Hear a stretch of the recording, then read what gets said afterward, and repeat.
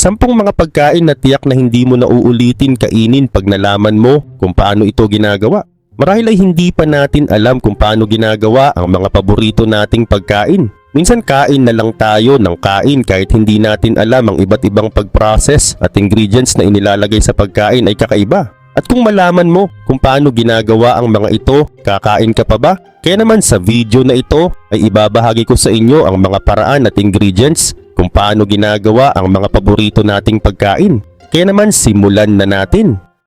Number 1. Hotdog. Ang paggawa ng hotdog ay nagsisimula sa pagpili ng tamang karne, pampalasa at iba pang kinakailangang sangkap. Kadalasan ay ginagamit ang karne ng baka, baboy o manok. Depende sa uri ng hotdog na nais gawin. Ang mga piraso ng karne na hindi nagagamit sa ibang bahagi ng produkto ay ginigiling ng pino. Ang prosesong ito ay mahalaga upang maging makinis ang karne at madaling haluin sa ibang mga sangkap. Kapag nagiling na ay nilalagyan ito ng mga pampalasa tulad ng asin, paminta at iba pang flavorings para mabigyan ito ng tamang lasa. Bukod sa mga pampalasa ay idinadagdag din ang mga preservatives na naglalayong mapanatili ang sariwang estado ng karne at maiwasan ang pagkasira nito. Mahalaga ang mga preservatives upang mapahaba ang shelf life ng produkto, lalo na't ang hotdog ay karaniwang iniimbak sa mga tindahan bago ito bilhin. Kasama rin sa mga sangkap ang emulsifiers na tumutulong upang maghalo ang taba at tubig sa mixture ng karne. Ito ang dahilan kung bakit ang hotdog ay may makinis at pantay na texture. Isang mahalagang sangkap din ang nitrites na nagdadagdag ng pula na kulay sa hotdog at tumutulong upang maiwasan ang pagdami ng bakterya, kung kaya't ito ay ligtas kainin. Kapag nahalo na ng maayos ang karne, pampalasa at iba pang sangkap ay susunod na ang proseso ng paglalagay ng karne sa casing o balat. Gumagamit ang mga pabrika ng mga machineries upang maipasok ang karne sa mga plastic o collagen casing na nagsisilbing balat ng hotdog. Ang mga casing ay maaring gawa sa natural na balat ng hayop o sa synthetic materials, depende sa preference ng manufacturer. Kapag nailagay na ang karne sa casing ay susunod na lulutuin ang mga hotdog sa pamamagitan ng singaw o kumukulong tubig. Mahigpit na sinusukat ang temperature upang masigurong maayos ang pagkakaluto ng hotdog at naabot nito ang tamang texture at lasa. Minsan, pagkatapos maluto ay idinadaan ng hotdog sa proseso ng pag-smoke o pagpapausok upang mabigyan ito ng smoky flavor. Ginagamit ang mga special chamber na puno ng usok mula sa kahoy upang masigurong maayos ang pagkakaluto ng hotdog at naabot nito ang tamang texture at lasa. Ang smoking process ay nagbibigay ng dagdag na lasa na gustong-gusto ng ibang mga mamimili. Number 2. Chicken nuggets. Ang chicken nuggets ay isa sa pinakapaboritong merienda o ulam ng marami, lalo na ng mga bata. Madali itong lutuin at laging crispy at masarap, kung kaya't patok ito sa mga fast food chains at kahit sa mga tahanan. Ngunit alam mo ba kung paano ito ginagawa bago ito makarating sa iyong plato? Narito ang simpleng paliwanag sa proseso ng paggawa ng chicken nuggets. Una, paghahanda ng manok. Ang unang hakbang ay ang pagpili ng karne ng manok. Kadalasan ay ginagamit ang dibdib ng manok na walang buto at balat. Sa ilang pabrika ay gumagamit ng makina para makuha ang natitirang karne mula sa buto. Pero may ibang kumpanya na gumagamit ng buong piraso ng manok para mas mataas ang quality. Pangalawa, paghahalo ng sangkap. Kapag napili na ang karne, ito ay hinahalo sa iba pang sangkap para maging masarap. Kasama dito ang asin, paminta, bawang at iba pang pampalasa. Nilalagyan din ito ng harina o starch para tumulong sa pagbuo ng nuggets at maging malambot ang loob nito. Pangatlo, pagbuo ng hugis. Matapos ihalo ang mga sangkap ay ipapasok ang manok sa isang makina na gumagawa ng hugis ng nuggets. Pang-apat, paglagay ng breading. Kapag nabigyan na ng hugis ang mga nuggets, ito ay isinasawsaw sa isang batter na isang uri ng liquid na gawa sa tubig at harina. Pagkatapos nito ay ibinabalot ang nuggets sa breading o durog na tinapay para maging crispy ang labas kapag naluto na. Panglima, bahagyang pagprito. Kapag nabalutan na ng breading, ang nuggets ay bahagyang piniprito. Ang prosesong ito ay ginagawa upang maging crispy ang labas ng nuggets, ngunit ang loob nito ay hindi pa tuluyan na luto. Ginagawa ito para kapag niluto ng consumer ay crispy ang labas at malambot ang loob. Pang-anim, pagyeyelo. Pagkatapos prituin ng bahagya, ang nuggets ay agad na nilalagay sa blast freezer. Dito ay mabilis na pinapalamig ang mga nuggets para mapanatili ang freshness at maiwasan ang pagbuo ng yelo na maaring makasira sa texture ng nuggets. Ikapito, packaging. Kapag nagyelo na ang mga nuggets, ito ay inilalagay sa vacuum sealed packaging. Ito ay tumutulong upang manatiling sariwa ang nuggets at maprotektahan habang nakaimbak sa freezer. Number 3, processed cheese. Ang paggawa ng fast processed cheese ay isang proseso na gumagamit ng mga simpleng sangkap at technology para makagawa ng cheese na madaling gamitin, mabilis gawin at may pare-parehong lasa at texture. Karaniwan itong ginagamit sa mga pagkain tulad ng burgers, sandwiches at iba pang paboritong pagkain dahil mabilis itong matunaw at nananatiling malambot kahit na mainit. Narito ang mas simpleng paliwanag kung paano ginagawa ang fast processed cheese. Una, paghahanda ng mga sangkap. Ang pangunahing sangkap sa paggawa ng fast processed cheese ay natural na cheese tulad ng cheddar o mozzarella. Ang uri ng cheese na ginagamit ay depende sa nais na lasa at texture. Kasama rin sa mga sangkap ang gatas, butter o margarine at emulsifying salts na tumutulong para maging malambot at pantay ang timpla ng cheese. Pangalawa, pag-init at paghahalo. Kapag nakuha na ang mga sangkap, ang mga ito ay dinudurog at hinahalo sa isang malaking lalagyan. Idinadagdag ang emulsifying salts upang tulungan ang mga proteins at fats na magsama ng maayos. Pinapainit ang mixture sa temperature na 70 hanggang 90 degrees Celsius. Ang init ay tumutulong upang matunaw ang cheese at paghaluin ng pantay-pantay ang mga sangkap. Pangatlo, pagbuo ng tamang texture. Habang pinapainit ang cheese mixture, ito ay patuloy na hinahalo upang maiwasang maghiwalay ang mga sangkap. Sa tulong ng emulsifying salts ay nagiging stable at pantay ang pagkakatunaw ng cheese, kung kaya't hindi ito nagkakaroon ng maraming mantika. Ang homogenization ay ginagawa rin upang mas pinuhin pa ang texture ng cheese para mas maging creamy at malambot ito. Pang-apat, sterilization at packaging. Kapag natapos ang paghahalo at nakuha ang tamang texture, ang processed cheese ay idinadaan sa sterilization. Pinapainit muli ang cheese upang patayin ang anumang bakterya na maaring makasira dito. Matapos ang sterilization ay agad itong ilalagay sa mga packaging materials tulad ng foil o plastic upang mapanatili ang kalinisan at sariwang lasa ng cheese. Mahalaga ang maayos na packaging upang hindi ito maging contaminated. At panghuli, paglamig at pagpapatibay. Kapag nakalagay na sa packaging, ang cheese ay pinalalamig upang tumibay ang texture nito. Number 4, gelatin dessert. Ang paggawa ng gelatin desserts tulad ng Jell-O ay madali at masarap. Ang gelatin ang pangunahing sangkap ng dessert na ito ay mula sa collagen ng mga hayop gaya ng baka o baboy. Ito ay walang lasa at walang amoy, kung kaya't madali itong ihalo sa iba't ibang flavor. Ang gelatin ang nagbibigay ng mala jelly na texture sa dessert. Narito ang mga proseso sa paggawa nito. Una, paghahanda ng gelatin. Ang gelatin ay kadalasang nasa powder form o maliliit na sheet. Ito ay hinahalo sa malamig o maligamgam na tubig at hinahayaan lumambot. Ang prosesong ito ay tinatawag na blooming. Kailangan itong gawin upang maging handa ang gelatin sa pag-init. Pangalawa, pagtunaw ng gelatin. Kapag lumambot na ang gelatin, ito ay tinutunaw sa mainit na tubig. Dapat itong haluin ng mabuti hanggang tuluyang matunaw at walang matirang buo. Pangatlo, paghahalo ng lasa at asukal. Kapag natunaw na ang gelatin ay idinadagdag ang asukal at flavorings tulad ng fruit juice o extracts. Haluin ito ng mabuti para pantay-pantay ang lasa at matunaw ng maayos ang asukal. Pang-apat, pagbuhos sa lalagyan o mold. Pagkatapos maihalo ang lahat ng sangkap, ay ibubuhos ang mixture sa mga molds. Pwede kang gumamit ng iba't ibang hugis ng molds para mas maging maganda ang hitsura ng dessert. Matapos mabuhos ay ilalagay ito sa refrigerator para lumamig. Panglima, pagpapalamig at pagpapatigas. Ang gelatin ay kailangang lumamig sa loob ng ilang oras, karaniwang 4 hanggang 6 na oras para tuluyang tumigas. Pang-anim, paghahain at dekorasyon. Kapag matigas na ang gelatin ay maaari mo na itong alisin mula sa molds. Para mas madaling alisin ay lagyan ng mainit na tubig ng ilang segundo para lumuwag ang gelatin. Pagkatapos ay maaari mo itong ilipat sa serving plate at i-decorate ng prutas o whipped cream bago ihain. Ang gelatin ay gawa mula sa collagen. Ito ay isang proteins mula sa mga buto at balat ng hayop. Kapag iniinit ito sa tubig ay natutunaw ito. At kapag pinalamig ay bumubuo ito ng mga hibla na humahawak sa tubig. Kaya nagiging matatag ang texture ng dessert. Ito ang dahilan kung bakit nagiging mala jelly ang mga gelatin desserts kapag lumamig.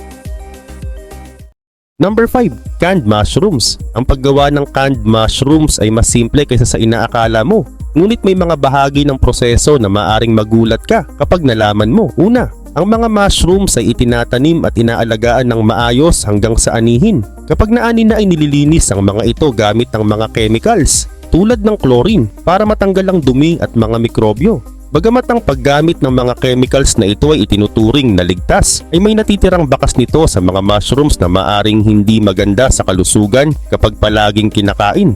Samantala, pagkatapos linisin ay isinasa ilalim ang mushrooms sa tinatawag na blanching o mabilisang pagpapakulo. Ginagawa ito upang patigilin ang enzymes na nagiging sanhi ng pagkasira ng mushrooms. Subalit sa prosesong ito ay may nawawala ring mga sustansya tulad ng mga vitamins na natural na taglay ng mushrooms. Pagkatapos ng blanching ay isinasalang na ang mga mushrooms sa lata at nilalagyan ng preservatives tulad ng ascorbic acid o citric acid upang tumagal ang buhay nito.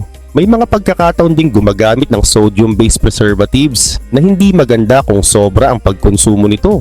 Maliban dito, isa pang bagay na maaring magulat ka ay hindi lahat ng mushrooms na ginagamit sa canned mushrooms ay sariwa o maganda ang quality. Madalas ang mga mushrooms na may hindi magandang hitsura o hugis ay ginagamit para sa mga canned goods. Bagamat hindi naman sira ang mga ito ay maaring mas mababa ang quality at nutrisyon kumpara sa mga sariwang mushrooms. Bukod dito, ang mga lata na pinaglalagyan ng mushrooms ay maaari ring maglabas ng maliliit na dami ng mga metal tulad ng lead o cadmium, lalo na kung hindi maganda ang kalidad ng lata.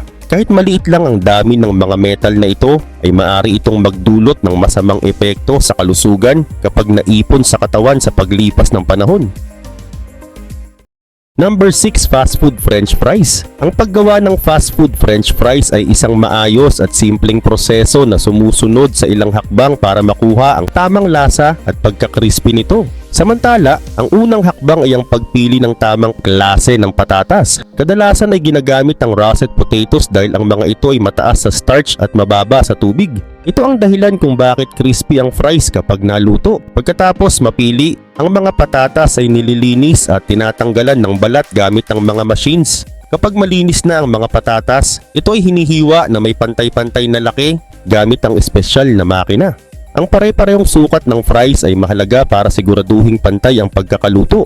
Kadalasan ay ginagawang 1/4 hanggang 1/2 inch ang lapad ng mga fries. Matapos mahiwa ay isinasalang ang patatas sa proseso ng blanching. Sa hakbang na ito ay niluluto ang patatas sa mainit na tubig o mantika sa loob ng ilang minuto. Hindi pa ito tuluyang niluluto dahil sapat lang para mawala ang sobrang starch at mapanatili ang tamang kulay ng fries.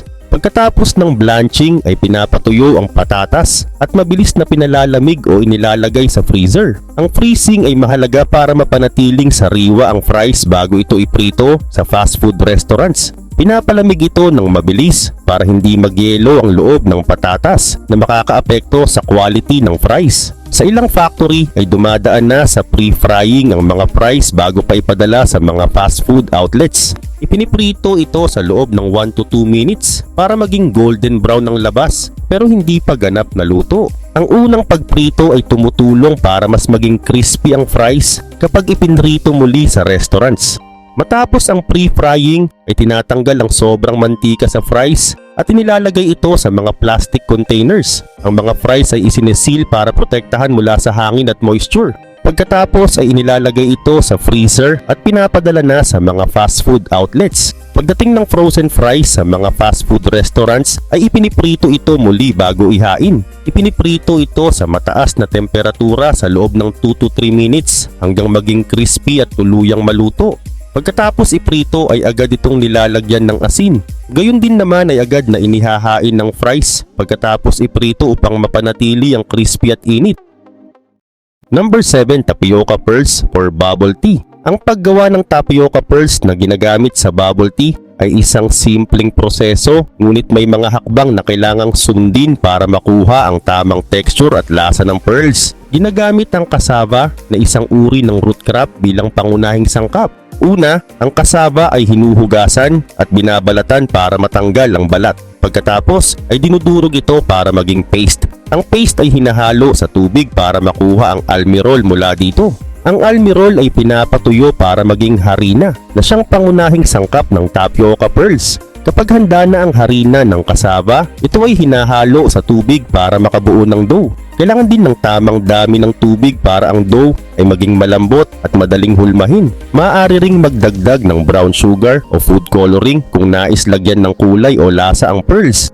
At kapag nabuo na ang dough ay hinahati-hati ito sa maliliit na piraso at pinapabilog gamit ng kamay o machine para maging bilog.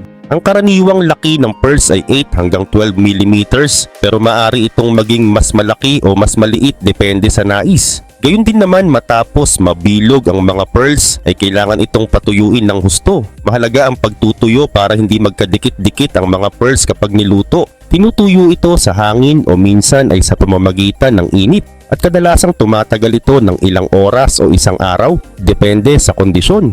Kaugnay nito, ang mga pearls ay iluluto sa kumukulong tubig sa loob ng 30 hanggang 45 minutes. Habang niluluto, ang pearls ay nag-a-absorb ng tubig at nagiging malambot at chewy. At kapag naluto na, ay huhugasan ito ng malamig na tubig para mawala ang sobrang almirol at maiwasan ang pagkakadikit.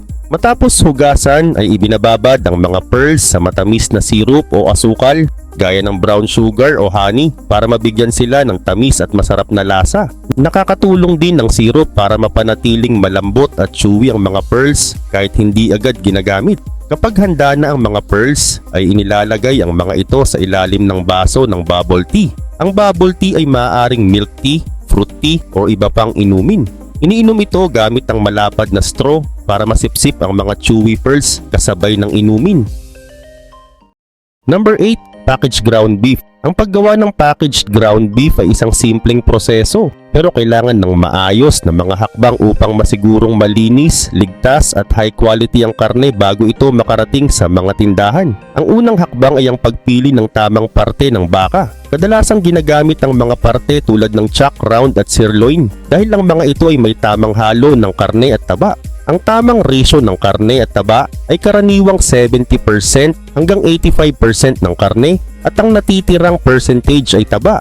Sinisigurado rin na sariwa at malinis ang karne bago ito iproseso. At kapag napili na ang karne ay dinadala ito sa gilingan. Dito, ang malaking piraso ng mga karne ay ginigiling hanggang maging maliliit na butil. Pwedeng isang beses o dalawang beses igiling depende sa gustong texture. Mahalaga rin na panatilihing malamig ang karne habang ginigiling upang maiwasan ang pagdami ng bakterya at mapanatili ang quality nito. Samantala pagkatapos magiling ang karne at taba ay hinahalo ng pantay-pantay. Kadalasan ay walang pampalasa na idinadagdag pero may mga produkto na may kaunting asin o iba pang seasoning. Mahalaga rin ang tamang pagkakahalo ng karne at taba upang makuha ang tamang lasa at texture. At kapag nahalo na ng maayos ang karne at taba ay ilalagay na ito sa mga packages. Madalas ginagamit ang vacuum sealed packaging o modified atmosphere packaging o MAP para mapanatiling sariwa ang karne. Sa vacuum sealed packaging ay tinatanggal ang hangin upang maiwasan ang mabilis na pagkasira. Sa MAP, ang oxygen sa loob ng package ay pinapalitan ng ibang gas tulad ng nitrogen para mapigilan ang paglaki ng bakterya. Matapos mabalot ang packaged ground beef ay iniimbak sa malamig na lugar. Dapat panatilihin ang tamang temperature na 0 degrees Celsius hanggang 4 degrees Celsius upang hindi masira ang karne. Kapag ibinabiyahe na ito papunta sa mga tindahan ay ginagamit ang refrigerated trucks para masigurong mananatiling malamig ang karne at ligtas kainin. Subalit bago ilabas sa market ang packaged ground beef ay sinusuri para masigurong ligtas kainin. Sinusuri ito para sa mga bakterya tulad ng E. coli at Salmonella. Tinitingnan din ang packaging upang masigurong walang sira o butas. At ang label ay kumpleto at tama, lalo na ang mga detalye gaya ng expiration date. Number 9. Scrapple. Ang scrapple ay isang simpleng pagkain mula sa United States, lalo na sa Pennsylvania na madalas kinakain ng mga Pennsylvania Dutch o mga Amerikanong may lahing German. Ginagawa ito mula sa iba't ibang parte ng baboy tulad ng atay, puso at balat o mga bahagi ng hayop na hindi kadalasang ginagamit sa ibang mga lutuin. Ang mga ito ay pinakukuluan, tinatanggalan ng buto at ginagawang pino hanggang maging isang makinis. Samantala ang paggawa ng scrapple ay gumagamit ng 3 pangunahing sangkap na kinabibilangan ng pinakuluang karne ng baboy, cornmeal at harina.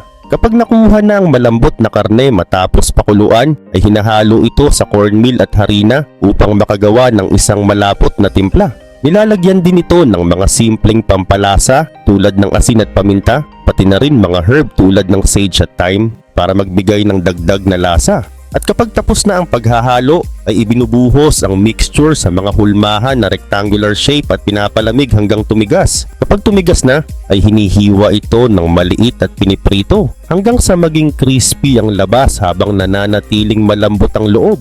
Karaniwang kinakain ang scrapple sa almusal at sinasamahan ito ng itlog, pancake o tinapay. Ang combination ng crispy sa labas at malambot sa loob ang nagbibigay ng kakaibang sarap sa pagkain na ito. Dagdag pa rito, ang kasaysayan ng scrapple ay nagmula sa praktikal na paraan ng pagluluto ng mga Pennsylvania Dutch. Ginawa ito para masulit ang lahat ng parte ng baboy at walang masayang. Sa mga panahong iyon ay kailangang gamitin ng lahat ng bahagi ng hayop upang makatipid. Dahil mura at madaling gawin ay naging paborito ito ng mga pamilya, lalo na sa mga lugar kung saan nagsimula ang tradisyon ng scrapple. Hanggang ngayon ay patuloy pa ring kinakain ng scrapple. Number 10. Frozen fish sticks. Ang paggawa ng frozen fish sticks ay isang simpleng proseso na may ilang hakbang mula sa paghahanda ng isda hanggang sa freezing at storing. Layunin nito na tiyakin na ang fish sticks ay sariwa, masarap at ligtas kainin. Kaugnay nito, ang unang hakbang ay ang pagpili ng mga white fish tulad ng pollock, cod, haddock o hake. Ang mga isdang ito ay ginagamit dahil sa kanilang malambot na laman at subtle flavor na tamang-tama para sa fish sticks. Karaniwan ang mga isdang ito ay kinukuha mula sa malalamig na dagat para masiguradong sariwa. Kapag dumating na ang mga isda sa factory ay agad itong hinuhugasan para matanggal ang mga dumi at kaliskis. Pagkatapos ay tinatanggal ang mga lamang loob at tinig. Hinihiwa ang isda sa pantay-pantay na piraso o fillet para siguruhing pare-pareho ang laki ng bawat fish stick. Mahalaga rin ito upang maging pantay ang pagkakaluto at timbang. Pagkatapos hiwain ang isda ay nilalagyan ito ng asin o iba pang pampalasa para maging masarap at mapanatiling sariwa kahit naka-freeze. Nakakatulong ang asin sa pagpapanatili ng quality at pinipigilan din nito ang pagkakaroon ng bakterya habang nakaimbak ang fish sticks. Pagkatapos nito, ang mga hiniwang isda ay babalutin sa breadcrumbs o butter. May dalawang paraan rin ng pagbabalot. Una, ang dry breading ay gumagamit ng breadcrumbs habang ang wet buttering naman ay gumagamit ng liquid mixture ng harina at itlog. Ang breading na ito ang nagbibigay ng crispy na texture sa fish sticks kapag ito ay niluto. Pagkatapos balutin ng mga fish sticks, ito ay mabilisang piniprito. Hindi rin ito niluluto ng buo. Mananatiling hindi naluto ang loob ng isda upang maging sariwa ito kapag niluto ng mga mamimili sa bahay. Pagkatapos ng pagprito, ang fish sticks ay agad na inilalagay sa freezer para sumailalim sa flash freeze. Ang prosesong ito ay mabilis na nagpapababa ng temperature ng isda upang mapanatili ang fresh quality nito. Ang flash freezing ay nakakatulong din upang maiwasan ang pagbuo ng malalaking ice crystals na maaring makasira sa texture ng isda. At kapag nagyelo na ang fish sticks, ay nilalagay ito sa plastic packaging na protektado mula sa hangin at moisture.